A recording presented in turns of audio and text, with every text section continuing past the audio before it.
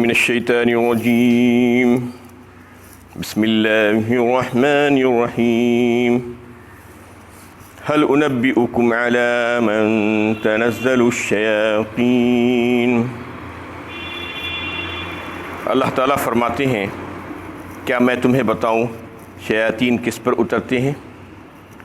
تنزل علی کل افاک اثیم، وہ ہر اس شخص پر اترتے ہیں جو نجات کے تعلق سے جھوٹے عقائد کرتا ہے اور بڑا ہی گنہگار بدکار ہوتا ہے۔ یلقون السمع واکثرهم کاذبون، بعض سنی سنائی باتیں لوگوں کے دلوں میں ڈال دیتے ہیں اور ان میں اکثر جھوٹے ہیں۔ اس میں اللہ تعالیٰ پوچھ رہے ہیں اور خود پھر اس کا جواب بھی دے رہے ہیں کہ شیاطین کس پر اترتے ہیں، اور پھر کہہ رہے ہیں کہ شیاطین ہر جھوٹے گنہگار پر اترتے ہیں۔ سب سے بڑا جھوٹا کائنات میں کون سا ہو سکتا ہے جو کلمے کو نہ مانے اور کلمے کو جھوٹ سمجھے؟ لا الہ الا اللہ محمد الرسول اللہ کو اگر کوئی نہیں مانتا ہے اور اس کو جھوٹ سمجھتا ہے تو وہ سب سے بڑا جھوٹا ہے۔ اس کے تعلق سے ہی یہاں پر کہا جا رہا ہے۔ اس کے بعد پھر دیگر زمرے ہیں جھوٹ کے۔ تو سب سے پہلے شیاطین کا جو ذکر کیا گیا ہے کہ شیاطین کس پر اترتے ہیں، شیاطین ایسے ہی لوگوں پر اترتے ہیں۔ انما سلطانہ علی الذین یتولونہ والذین هم بہ مشرکون، کہا سورہ نحل پارہ 14 میں اللہ تعالیٰ نے، یعنی شیاطین کا زور تو انہی پر چلتا ہے جو شیاطین کو اپنا دوست بناتے ہیں۔ شیاطین کو اپنا دوست بنانے کا کیا مطلب ہے؟ وہی لوگ دوست بناتے ہیں جو اللہ رحمان سے دشمنی کرتے ہیں، اس کے احکامات کو نہیں ماننا چاہتے، اس کو خالق اور مالک نہیں ماننا چاہتے، وہ شیطان کو اپنا دوست بناتے ہیں۔ انہ لیس لہ سلطان علی الذین آمنوا وانہ لیس لہ سلطان علی الذین آمنوا وعلی ربہم یتوکلون، کہا ایک آیت میں سورہ نحل ہی میں، یعنی اس کے اوپر اس کا زور نہیں چلتا۔ جو ایمان والے بندے ہیں جو اللہ پر جو ہے بھروسہ رکھتے ہیں، تو ایسے بندوں پر اس شیطان کا زور نہیں چلتا، اس کا کوئی زور نہیں ہے۔ یعنی وہ چونکہ جو ہے اللہ کو اپنا دوست بناتے ہیں، اس لیے اللہ تعالیٰ وہ شیطان کے شر سے اس کی حفاظت فرماتے ہیں۔ تو شیطان انہی پر آتا ہے جو جھوٹے گنہگار ہیں، جو بے ایمان ہیں، اللہ کے نافرمان ہیں، اور جو ہے بد کردار قسم کے جو لوگ ہیں، انہی کے اوپر شیطان اپنا تسلط جماتا ہے۔ اور جو فرما بردار اور حکم بردار بندے ہیں اللہ تعالیٰ کے، وہ تو محفوظ ہی رہتے ہیں اللہ کے فضل و کرم سے۔ تو اس میں جو قرآن کے نازل کرنے کا جو مقصد ہے، اور جو ہے جو اس میں شیطان کا کوئی کسی قسم کا کوئی معاملہ نہیں ہو سکتا، یعنی اس میں وہ جو ہے شریک نہیں ہو سکتا اللہ کے کلام کے لانے میں اور اس کو پیش کرنے میں۔ اور شیطان انہی کے اوپر آتے ہیں جو نجومی ہیں اور جو کاہن ہیں، جو انبیاء کرام ہیں، جو صالحین ہیں، ان کے اوپر تو شیطان آ ہی نہیں سکتے۔ جو اللہ کے نیک بندے ہیں ان کے اوپر شیطان نہیں آ سکتے۔ یلقون السمع واکثرهم کاذبون، کہا اس کے بعد، یعنی وہ بعض جو شیطان ہوتے تھے وہ جا کر آسمانوں پر بیٹھ کر کچھ باتیں سنتے تھے اور اس میں سے کچھ جو چھپا کر اور چرا کر لانے کی کوشش کرتے اور لا کر اپنے کاہنوں کو بتاتے تھے، اور پھر وہ ایک بات بتانے کے بعد وہ کاہن ان کو جو ہے اس میں مزید کچھ باتیں ملا کر لوگوں کو بتاتے تھے۔ یہ اس قسم کی حرکتیں یہ کاہن کرتے تھے۔ یلقون السمع واکثرهم کاذبون، اس میں اکثر لوگ جھوٹے ہی ہوتے ہیں اور جھوٹی خبریں ان کے پاس ہوتی ہے۔ والشعراء يتبعهم الغاوون، اور شاعروں کی اتباع گمراہ لوگ ہی کرتے ہیں۔ یہاں سے شاعروں کے تعلق سے 2-3 آیتوں میں بات آئی ہے۔ سب سے پہلے شعر کسے کہتے ہیں؟ شعر جو ہے جو غیر تحقیقی مضامین اور جو ہے خیالات کا مجموعہ، جو خیالات جو ہے آتے ہیں انسان کو، اس کو اصل میں جو ہے لغت میں شعر اسی کو کہتے ہیں، خیالات کو اور غیر تحقیقی مضامین کو۔ یہ غزل اور اصطلاحی شعر میں یہی تو اسی چیز کا غلبہ ہوتا ہے، خیالات ہی کا غلبہ ہوتا ہے، کیونکہ اکثر شاعر جو ہے لوگوں کی عزت اور ان کی توہین کے سلسلے میں کسی قسم کا کوئی اصول اور ضابطے کو لانا پسند نہیں کرتے، اور اپنی یعنی پسند کے مطابق اور اپنی پسند اور ناپسند کے مطابق لوگوں کے تعلق سے اظہار خیال کرتے جاتے ہیں، اور اتنا غلو کر دیتے ہیں کبھی، اور مبالغہ آرائی سے کام لیتے ہیں کہ ایک کا ایک کر کے چھوڑ دیتے ہیں، اور وہ سرگردہ ہوتے ہیں ہر وادی میں اور جو ہے بیابان میں اپنا سر ٹکراتے پھرتے ہیں۔ آگے کی آیتوں میں بھی اس کے تعلق سے آ رہا ہے، الم تری انہم فی کل واد یہیمون وانہم یقولون ما لا یفعلون، کیا آپ انہیں دیکھ نہیں رہے ہیں کہ وہ بے حقیقت خیالات کی وادیوں میں بھٹکتے رہتے ہیں اور وہ ایسی باتیں کہتے ہیں جن کو وہ نہیں کرتے، یعنی بے اصل باتیں اور بے حقیقت باتیں اور اس قسم کی باتیں جس کو کرتے نہیں ہیں لیکن اس کو وہ کہتے ہیں اپنے کلام میں، اور اپنے محبوب کے تعلق سے ایسی باتیں کر دیتے ہیں جو ناممکنات میں سے ہے، جو ممکن نہیں ہے، جو عملی طور پر جو ہے نہیں کیا جا سکتا، ویسی باتیں اپنے کلام میں کہتے ہیں۔ آسمان سے تارے توڑ کر لانے کا ذکر جو ہے کرتے ہیں، اور زمین و آسمان کے خلا میں ملا دیتے ہیں، اور اسی قسم کی محمل اور فضول اور بیجا باتیں اپنے کلام میں لکھتے ہیں، اور سرگردہ رہتے ہیں تخیلات کی دنیا میں، اور جو ہے اپنی من مانی کرتے ہیں۔ کسی قسم کا کوئی جو ہے قاعدہ قانون ان کے پاس نہیں ہوتا، بس پسند اور ناپسند پہ جو ہے چلتا رہتا ہے۔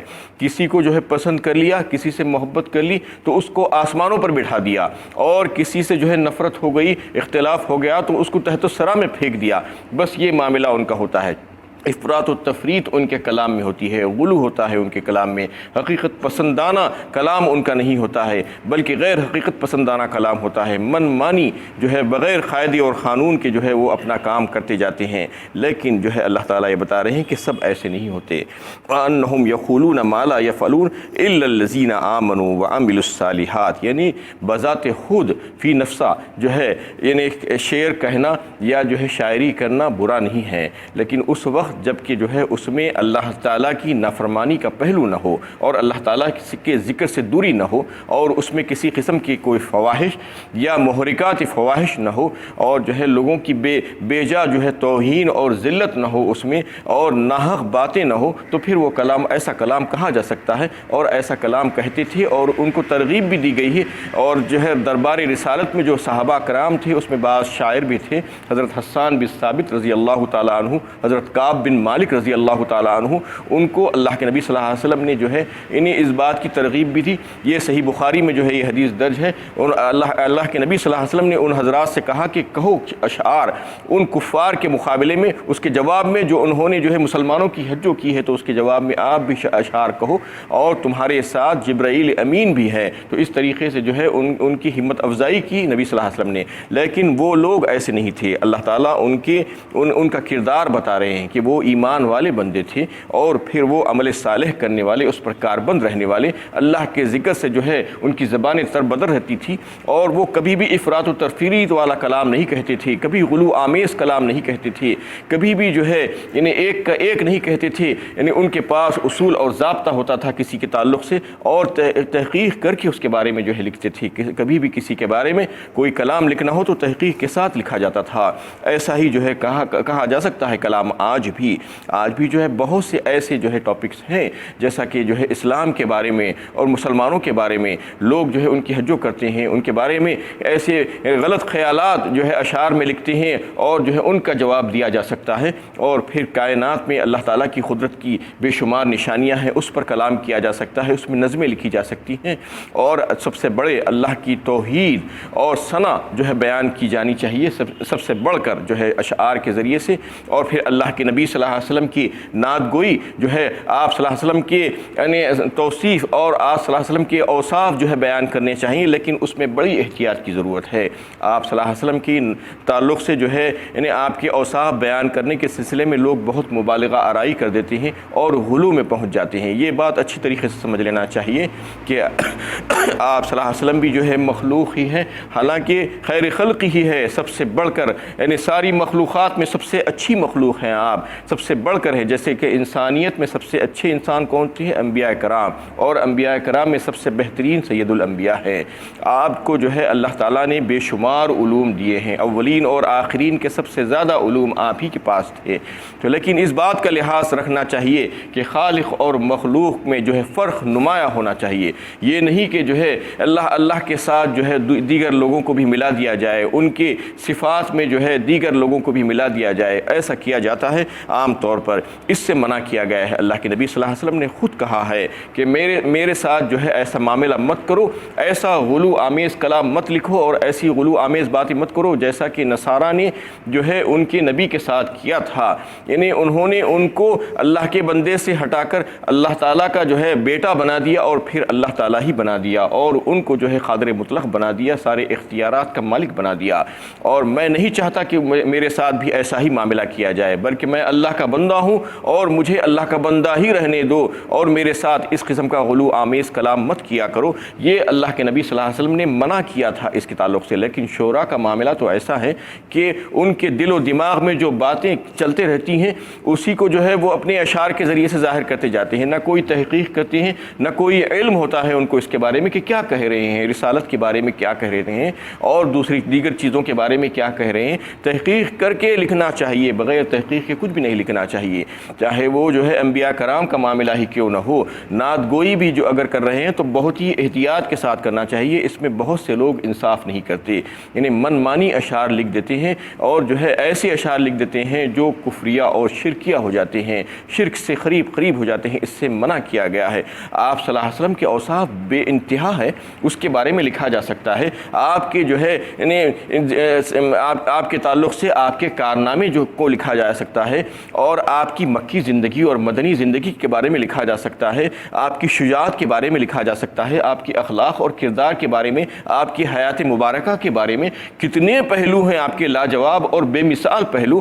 23 سالہ زندگی میں آپ نے جو کارنامے انجام دیے ہیں، دنیا میں کوئی ایسی شخصیت نہیں مل سکتی جو اتنے زیادہ کارنامے اتنی چھوٹی سی جو ہے زندگی میں جو ہے اتنی چھوٹی سی مدت میں جو ہے انجام دے سکیں۔ اس کے بارے میں بے انتہا آپ کی تعریف کی جا سکتی ہے، نعت گوئی کی جا سکتی ہے، لیکن اس کو چھوڑ چھاڑ کر لوگ آپ کو جو ہے خدائی صفات میں تلاش کرنا چاہتے ہیں۔ اللہ تعالیٰ کی جو خصوصی صفات ہیں ان میں جو ہے آپ کو لے جا کر بٹھانے کی کوشش کرتے رہتے ہیں۔ یہ جو ہے بڑی مذموم حرکت ہے، اس سے جو ہے رک جانا چاہیے۔ ایسے کلام سے جو ہے احتیاط کرنا چاہیے، اسی سے احتیاط کرنے کے لیے کہا جا رہا ہے۔ لیکن اس کے باوجود لوگ لکھتے ہی جاتے ہیں اور بڑا جھوم جھوم کر سنتے ہیں۔